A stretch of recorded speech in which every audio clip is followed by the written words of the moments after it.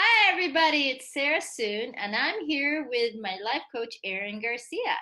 She was my life coach for over a year, and she really helped me put sales to my freelance business. And she's part of why I'm here today, just helping you guys share your story. So, I wanted Erin to just briefly introduce herself and the many things that she has her hands into. So, Hi, Erin. everyone. I'm Erin, and thank you so much, Sarah, for having me. I'm still unsure of where I'm supposed to look on this thing, so I'll have you, is that about right? Am I looking at Yeah, the camera? yeah, Okay. should be a little I'm bit off. still learning all these techie things, everyone, and I'm so excited. I've been a coach, a professional certified coach before techie, about 15 years, and a Oh, pastoral wow. counselor before that, almost really actually about 18 years. Oh, And then in the coaching arena, I chose life and leadership, some transformation in there. I love that particular niche. I seem to really, really love working with folks like Sarah, who are absolutely ready to go and begin something that's been in their dreams forever, and that is to launch her speaking and her writing and her book coaching, thriving little business, as there's so many that have a book in them and they need help. And so it was just an honor, and it has been an honor to walk her through and just expand her greatness and leverage her strengths into what she can now call her own business. And now she'll coach me on probably the enacting of this book, right? yeah, and that's a perfect introduction. So on this month on the blog, we are talking about, because it's Easter, it was Easter yesterday, resurrecting a writing project. So Erin wrote, I don't know if you can see it, The Real Skinny on My Anorexia. She's a recovered anorexic, and she wrote an excellent memoir. I highly recommend it. But she is actually going to relaunch it, edit it, and then relaunch it. So, Erin, tell us about the memoir, when you did publish it, so they kind of get an idea of this writing project. Well, the book itself. Yes, I had this book in me for 6 years, and I don't know why it takes us so long with the initial writing of a book, but Right. my story was just burning within me. My joke is I'm an over-recovered anorexic, and I have a beautiful story of my husband who saves my life, basically, Mm. and I'm now the mother of 5 beautiful grown children and 12 grandchildren. So Wow. there is a happy ending to this memoir. Absolutely. And I had been through so much with the anorexic lifestyle, that what it does to your brain, what it does to your life. I am a trophy of God's grace. I Mm. shouldn't have really made it. I was in severe anorexia. I think I was close to 90 pounds at my lowest, and wanted to go another 10 down because I thought the numbers would work better, right? It's something with the brain.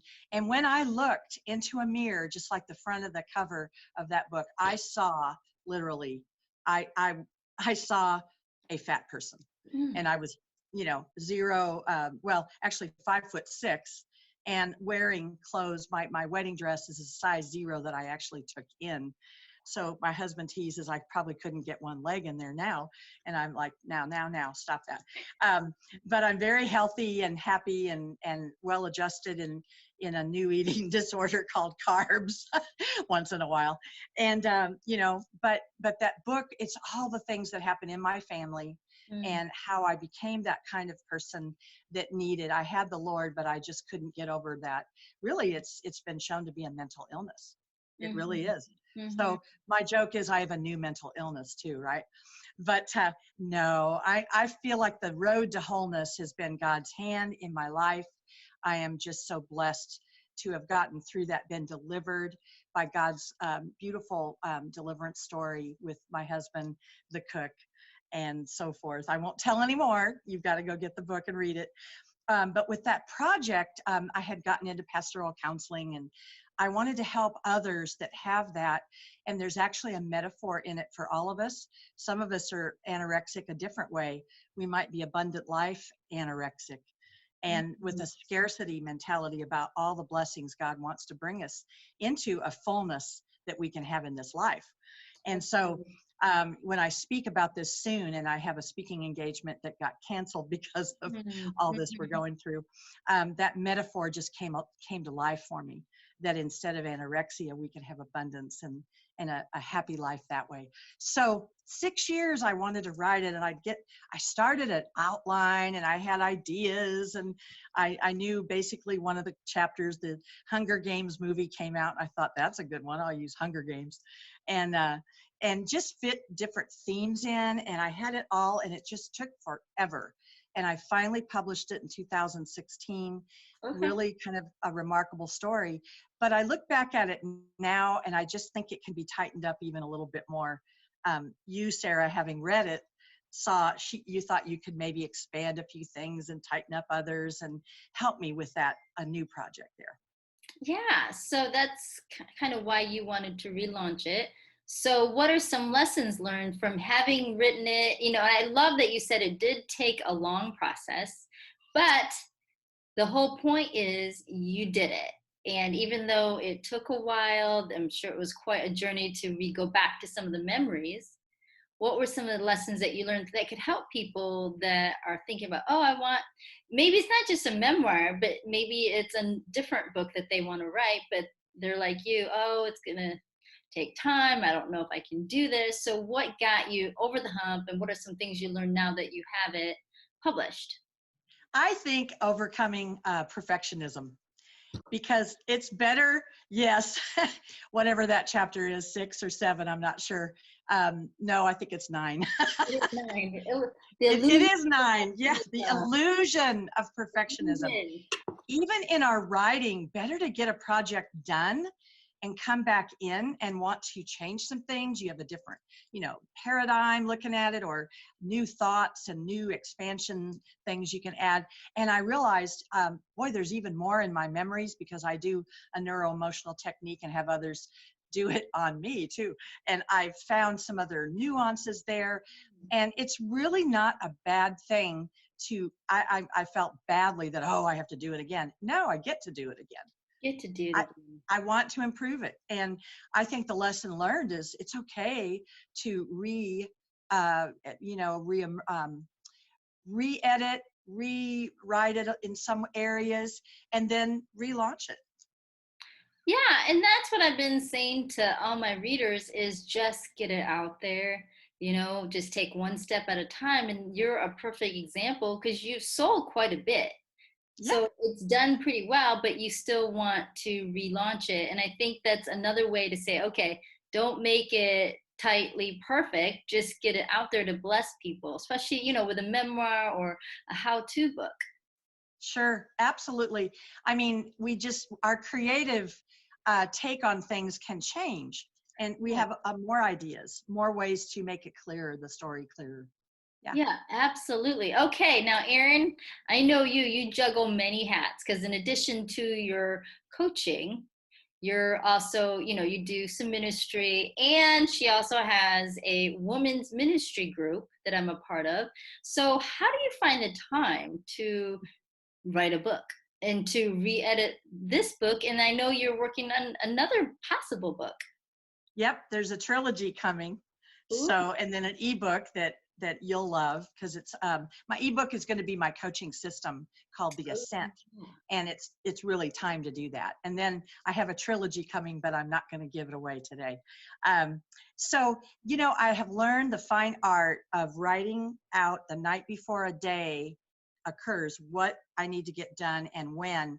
And if you are intentional of designing the day around your most creative time, Yeah. and know yourself well enough to block that time, and then do not let anything, it becomes a sacred time. Mhm. And I don't let anything get in the way of that writing time. It's my time.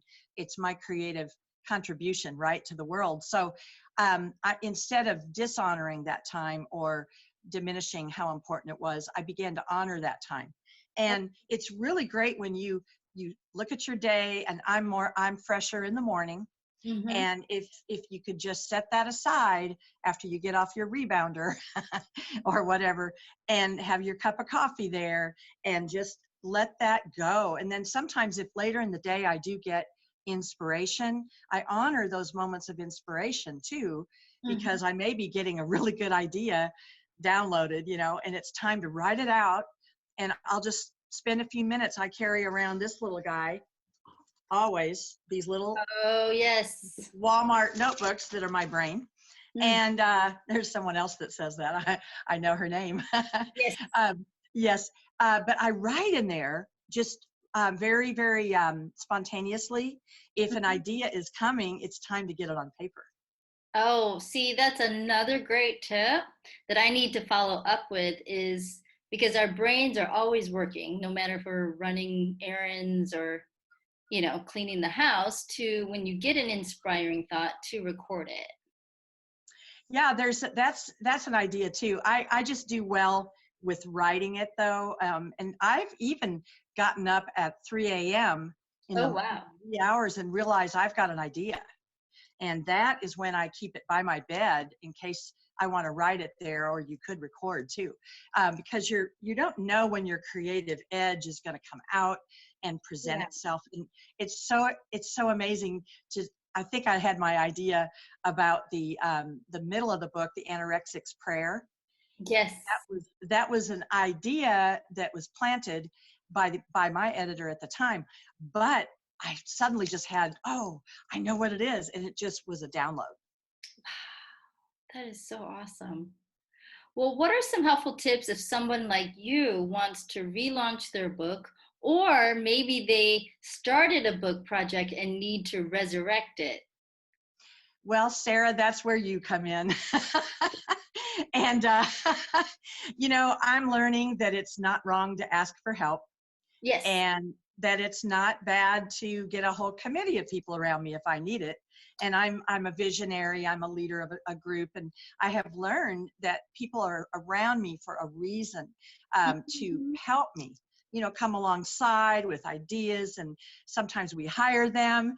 And I know that you and I have talked about that next step for me, and I will take advantage of Sarah, of yourself, your services, the editing portion, and then just your overall, I remember you were reading part of it and said, ooh, I think I might have changed up something there and done this and that. And it's never bad. It's always a good thing.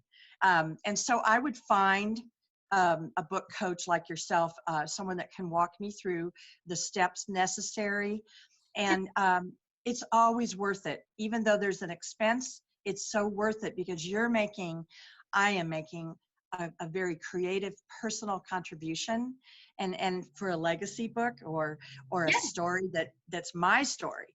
No one else has that story in them, and that is so necessary, right up there with travel. Well, I love that because I have said in my blog that it does take a community to help you write. You can't do it and you're solitary and alone when you're actually doing the physical act of writing, but everything else you need to reach out to a community. And I love how you said that. And, one of the most important things, like you didn't put yourself in a box. You're like, okay, I have this book, but I want to change it up. So it's like instead of being like, oh, I wish I would have done this, you're like, you know what? You thought out of the box and said, I'll just relaunch it. That's it. Yep. And I'm not sorry to know that things can be improved either.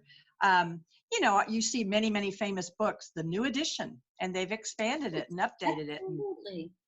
yeah. Well, I think another thing that you left out is you would be a great person, even a life coach, if somebody is having a difficult time, just thinking, I don't have a voice, or I don't think I can write, or I'm not sure if my story is good enough. You have what's called saboteurs. So Ooh, yeah. kind of give us a lowdown on how confronting these saboteurs can help you be more productive, because I know that you address them in our sessions, and they really help for me to overcome some of my issues that prevented me from wanting to launch my freelance business and my website and coaching. Yes. So I discovered, I kind of knew we had triggers, and I knew we had patterns, and I knew we had blocks and self-limiting beliefs, all that. But I found an executive coach who wrote an actual assessment. and it's called positiveintelligence.com. I wish I would have written it, by the way. And he has an assessment you can take about the 9 saboteurs. And there's like, let me see if I can memorize them here. There's the victim, the controller, the pleaser, the stickler, the avoider, the restless. Hold on, I think I got it. Hyper rational, hyper vigilant, and hyper achiever. I did it. That's 9. And in those, you know, like if you're a hyperachiever and restless like I am, you're going to want to, oh, I got to get this done before I can get, and we become, it's the tyranny of the urgent over the really important thing. And so I had that come into sabotage, maybe the finishing of my book, say, for instance, Yep. and the writing. And so you have to go, no, I'm going to honor that's rising up in that calling, really, of the Lord to finish this book. It's a calling. And so the saboteurs, I do a signature talk called Triggers, Blocks, and Saboteurs. Yeah. And so I have the assessment, and it's wonderful. It's so helpful. And people could go, yeah, I feel victim to my schedule, or I feel like I have to please people, so I can't put that time aside, or I'm a controller, and oh my God, it's all going to be just right. And stickler, all those things. So, and then if they're hyper rational, they're always in their head. You know, that's not one of my top ones, surprisingly. But anyway, overanalyze, you know, now when can I get this done? And, you know, busted, right? It's all right. No, we all get busted in there. So we find out what we're actually self-limiting, and it's patterns that we don't even know, subconscious. And so this assessment brings them up. You go, oh my goodness. Every time I see that come up, I'm going to apply that so I can press through that and stay on course. And you just call yourself back to the sage, the wise you. That is so good. All right. Well, I think there might be a few people that want to get a hold of you, may want to have some coaching sessions, or definitely buy this book. So Yeah. where can they buy the book, and where can they find you if they want to get a hold of you? So I have a landing page out. We're still developing my website, my full website, but it's erinKgarcia.com, and they can reach out to me on there. The buying of the book would be, it's not yet embedded there, but it is on Amazon. So they can look on Erin K. Garcia on Amazon, or you're going to maybe put the link to the book. Yeah, I'll put the link. And so that's the best place right now. Pretty soon it'll be on my website. Awesome. And you do have a Facebook business page, right? Facebook page, yes, Erin K. Garcia, Life and Leadership Coach. Thank you for reminding me. Yes. And you can definitely reach out there too. Yeah, and it's awesome because even though we're both in Tulsa, you can obviously do Zoom, and you've done virtual meetings with your clients. Yes. I'm definitely right now during all this, I'm mastering Facebook or FaceTime and Facebook, and I'm beginning to understand the Zoom rooms and where to look. And, you know, us in my era, we're like, really? Okay, it's time to learn all this techie stuff. Yes. Well, my grandma's 99, and she watched her church service on Facebook Live. So if she can do it, I can do it. Yes. Anybody can do it. Yes. Yes. It's wonderful. Right. Well, it's awesome. Let me tell you, even if you don't, like someone like me that doesn't suffer from anorexia, this book, The Real Skinny, can minister to you if you have, you know, because we all are trying to walk things out. We have weaknesses. And for me, I'll admit that perfectionism chapter really got to me. I was like, wow, if I read it for nothing else but that chapter, although the rest of it is good. I mean, the story is almost hard to believe, everything that you went through. But I won't want to give it away because it's definitely worth reading. It's a page turner. But that chapter really touched me. But again, even if you don't suffer from anorexia, it's a great one just to read for the memoir section and the different life lessons that you can apply for almost any kind of, you know, situation that you're in. Thank you so much, Sarah. And then when we relaunch it, we'll really put it out there with a boom, right? Absolutely. And when you do, we'll have you back on. All right. That sounds great. Thank you so much. Yes. Well, thank you, Erin. And thank you guys for listening. And again, I'll put the links in the blog at the end of the blog. And we hope that you guys can reach out to her because it's definitely worth your time. All right. Thank you, Erin. Thank you. Bye.